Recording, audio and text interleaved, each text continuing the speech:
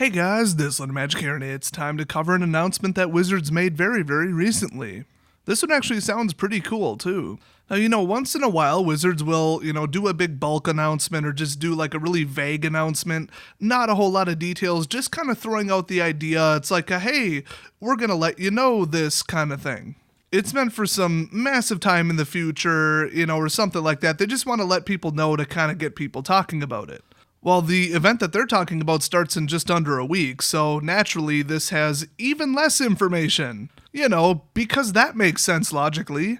I'm just going to read this as is and then fill in the gaps with complete and utter guesses because, well, that's what you have to do apparently. Last month we announced a change to the standard rotation. This month we celebrate. From November 26th through December 17th, stores around the world will be able to host standard Showdown tournaments on Saturdays with special promotional prize boosters earned through undefeated play and means as determined by each store. The tournaments will be Swiss events meant to showcase the standard format. Stores will receive 40 prize boosters, 10 for each event, that will contain 3 cards each. These boosters will contain 1. A premium card from a currently legal standard set, including Zendikar Expeditions, and Kaladesh Inventions, not including double-faced cards. I gotta cut in here. If you're confused by what a premium card is, so is everybody else, but they just don't use the word foil for some reason. So what they mean is foil. 100% of the boosters have a foil in them. Then also included in the booster is 2 non-premium, or I should say non-foil cards that are either a rare or a mythic rare from a set currently legal in standard, so Battle for Zendikar through Kaladesh. Now strangely, they have a little aside on the bottom that says cards from OGW and double-faced cards are not included. Then they go on to say that Zendikar Expeditions and Kaladesh Inventions appear in roughly 1 in every 33 boosters. Oh boy. Distributed cards will all be in English. The standard Showdown will be available to stores around the world. Yes, they put those 2 sentences right next to each other. I honestly thought they'd follow it up with the phrase, "Screw you and your country's stupid language." They finish up this incredibly vague article with talk to your local game store about hosting a standard Showdown and prepare your standard deck for November 26th. And then they conclude with a picture of what the standard Showdown booster looks like, so overall a 3-card booster, and they have an example of what might be inside. Considering I watched their staff open about 10 of these on camera, I'm going to call that picture a little bit optimistic.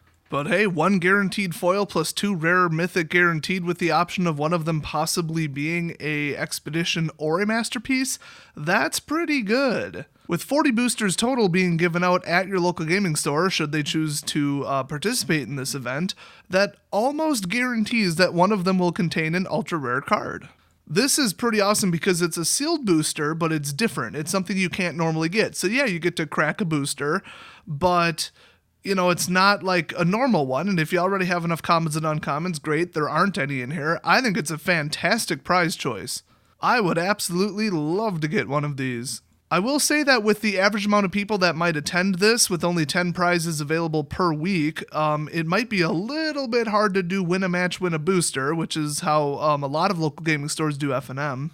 They probably will end up giving them away, as Wizards had suggested, like if you go undefeated you win a booster, and then maybe give it to the top couple people, but they will actually leave it up to like the local gaming store to choose how to give the prizes out, which is traditionally how they do it for Friday Night Magic as well. By the way, I should mention that if you see your local gaming store keeping these, not giving out 10 per event, and especially selling them, report that to Wizards immediately because that is very much not allowed.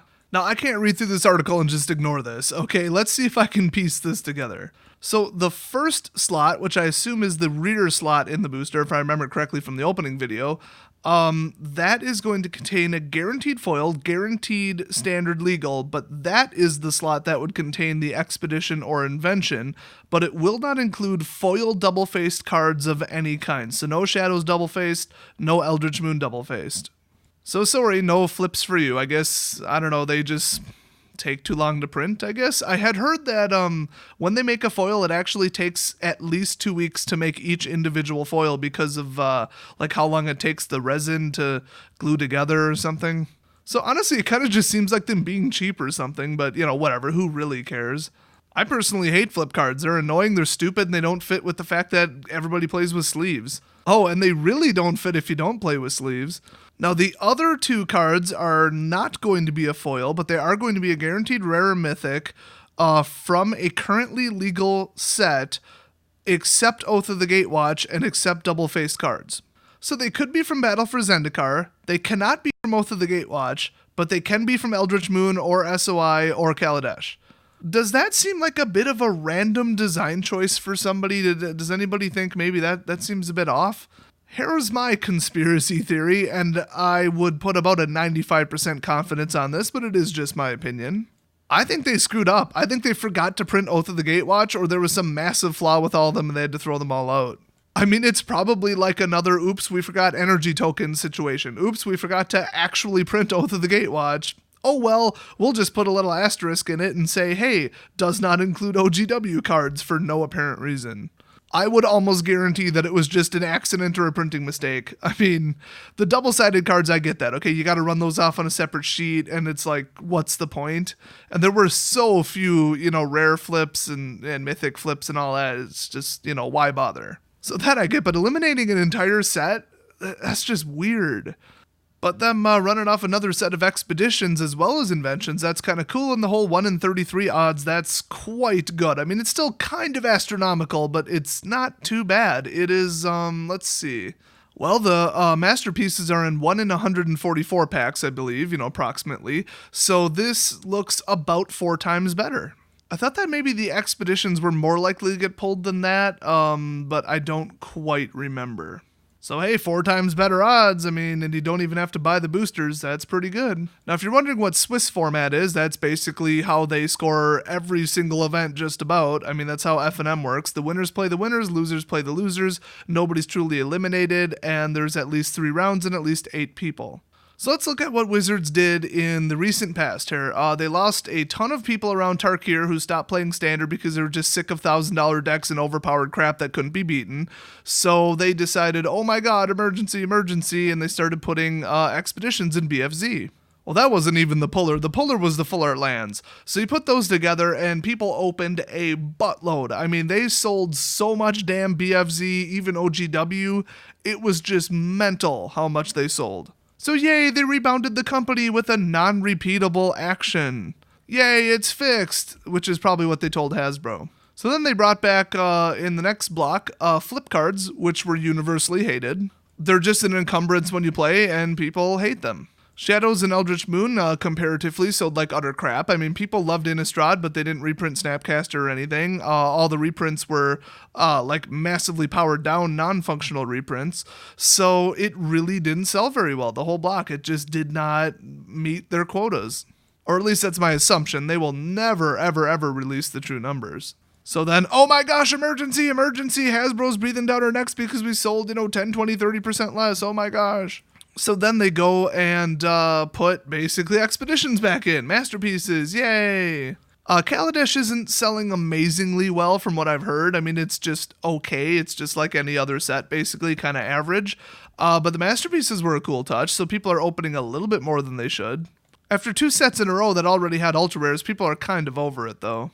Uh-oh, sales numbers are slipping. What do they do? What do they do? I know. Take everybody who plays MTGO and just kick them square in the nuts with treasure chests. If you're not familiar, the best way I can describe it is that they ripped off Call of Duty crates and then made MTGO basically cost double to play. That's a pretty accurate summary, just outright blatant cash grab, and then the YouTube video got attacked, and so comments and ratings were disabled. By the way, the Seahawks video covering, the free Magic cards that were given to that millionaire guy, they had to disable comments as well. Wizards, none of your customers are this stupid. We don't fall for your stupid transparent BS, okay? We're not dumb. There is going to be backlash when they do stupid crap like this. So now what are they doing to make more money? Well, they're going to reprint, as they called it, Eternal Masters. That was one of their, fastest selling sets lately. So I don't know if I'd say most selling because they didn't print enough, but definitely fast. It is one of their, even right now, most in-demand products, so they're printing more of it. Simple, even though they pretty much said that they wouldn't. So now on top of the cash grab train, we've got, hey, let's hold F&M except twice. Oh, and let's focus on standard. Now, here's the thing, though. I see it as like a generate interest, generate more cash, generate more sales, sell more cards, sell more standard type of thing. But overall, I'd say it's a positive choice. It's something that's cool and fair and optional and, not rude to the customers, basically. But the one thing to remember, in case you haven't caught this already, is that some local gaming stores hold modern Friday Night Magic, and I mean only modern Friday Night Magic. They don't play standard. Hell, technically, according to the rules, they could hold Commander. They could hold Vintage and Legacy for Friday Night Magic. They actually leave it that open. They can do whatever they want. They could hold a draft, even. They could also hold multiples, which is what one of my old local gaming stores did. So that's why they're calling this a standard showdown, to make absolutely sure that everybody's playing standard. And I am completely against modern alone as Friday Night Magic. That's just dumb. I mean, I've been playing for like 3 or 4 years. You think I want to play against the same people running the same decks for 4 years straight? No, I do not. I would at some point stop showing up. Any local gaming store that holds modern for F&M is incredibly stupid, because they tend to pretty much not buy anything. Unless a new card from Kaladesh fits perfectly in your modern deck, you're not going to buy Kaladesh. So when they ship in 20 cases of the new set and nobody plays standard because they're not promoting standard and not holding standard tournaments, well, then they just lost their butts on it. So their other option is to order, 1 case and that's it, and basically not make any money on one of their staple products. Oh, and I guarantee they don't get enough Modern Masters to go around if that's how they do things. So that's just dumb. But a lot of local gaming stores have resorted to it because people just do not want to play standard. So it's either modern F&M or no F&M. So then I kind of get it, but it's still not a good idea. So now we've got Saturday unspecified time Magic, which just rolls right off the tongue. I'm just going to call it Standard Showdown. Or hey, Triple S, Saturday Standard Showdown. Well, a lot of people work, they got homework, they got jobs, whatever, Friday. So if they can't make it to F&M, just having it on Saturday standardized, that is incredibly smart. Making it exclusively standard is incredibly smart. I mean, Wizards has said it. Our product is standard. That's what we design. That's what we sell. We sell standard. No matter what you personally feel about standard, that is true. Unfortunately for me personally, I play Dungeons & Dragons every other Saturday. Oh, actually, we moved on to Gamma World, but, whatever. Plus, I have another job I potentially work on some Saturdays, and there's some, holidays coming up. I don't think I'm going to make it to many of these, if any, and I don't think that my local gaming store is going to have the amount of people necessary to actually hold this. I think, though, it'll be really, really popular once people hear about it, though, so I don't know. I still think that more opportunities to play Magic is smart. If you're a person who, none of your friends play Magic, they're not interested, so the only people you can play with are people from your local gaming store and at your local gaming store, then this is really cool for you because, especially if you can't make it some Friday, just show up Saturday or just do it back to back and do both. I mean, if you're someone like me who builds like 10 standard decks, then you can also play one on Friday Night Magic, play another on Saturday. It's just brilliant. I think there's almost no negative to this, except for Wizards, completely just screwing it up. It's like, hey guys, we printed these special prize-only boosters. How cool is that? Oh, they look so cool, and you can get just nothing but valuable, awesome cards in them. Totally awesome. But we're only printing them in English because screw you if you don't speak English. You're forced to use English because we just can't be bothered to print them in like 6 other languages. Screw your stupid country. Also, flip cards are too hard and expensive, so screw them too. And oops, we forgot to put Oath of the Gatewatch in there, so if you wanted one of those cards, screw you. So basically, they got this lovely new idea, it comes out of nowhere, and then they completely screwed it up and did it in the laziest, cheapest appearing possible way. Still, Magic on Saturday, more formal play. It's a positive, but, Wizards put their little dumb spin on it. So let me know what you guys think about it. Will you be showing up to it? Has your store already confirmed that they're holding it? Which would be weird, because there hasn't been an F&M yet. Well, this Friday you should probably ask them about it, see if they're holding it.